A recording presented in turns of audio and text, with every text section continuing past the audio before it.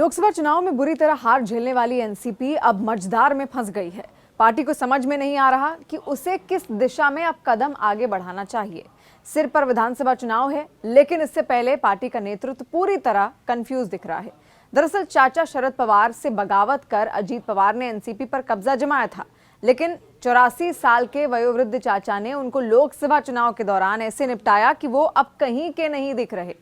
शरद पवार को महाराष्ट्र की राजनीति का चाणक्य कहा जाता है। उन्होंने अपनी चाणक्य नीति से अजीत पवार को पूरी तरह बैकफुट पर ला दिया है। बीते दिनों उन्होंने एक बयान दिया था कि बारामती लोकसभा सीट पर चचेरी बहन सुप्रिया सूले के खिलाफ पत्नी सुनेत्रा पवार को उतारना एक बड़ी गलती थी। उनके इस बयान के कई राजनीतिक मायने निकाले जा रहे हैं। इस कारण एनसीपी का पूरा कैडर और नेतृत्व इस वक्त कंफ्यूजन की स्थिति में है। अब अजीत पवार ने गुरुवार को एक और बयान देकर हड़कंप मचा दिया। अजीत पवार ने पुणे की एक सभा में ये कहा कि वो अब बारामती से चुनाव नहीं लड़ना चाहते हैं। उन्होंने कहा कि 7 से 8 बार बारामती से चुनाव लड़ने के बाद अब उनका मन बारामती से चुनाव लड़ने का नहीं है।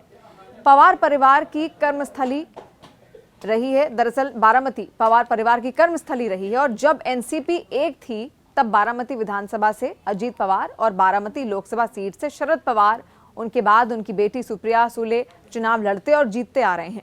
लेकिन बीते चुनाव में परिवार के भीतर ही दो फाड़ हो गया। फिर बारामती लोकसभा चुनाव में जनता का प्यार सुप्रिया सूले को मिला।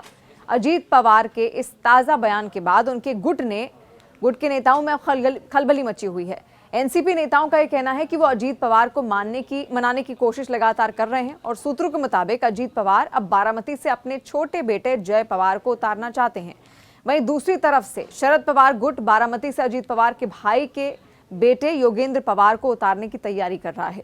अजीत पवार ने पहले भी बयान ये दिया था कि बारामती से लोकसभा चुनाव में उनकी पत्नी सुनेत्रा पवार को अपनी बहन सुप्रिया सूले के खिलाफ उतारना अब तक की सबसे बड़ी गलती थी। आपको ये खबर कैसी लगी? आप कमेंट सेक्शन के जरिए अपना फीडबैक हम तक पहुंचा सकते हैं। इसके अलावा तमाम न्यूज अपडेट्स के लिए न्यूज़ 18 इंडिया के यूट्यूब चैनल को सब्सक्राइब करना ना भूलिएगा।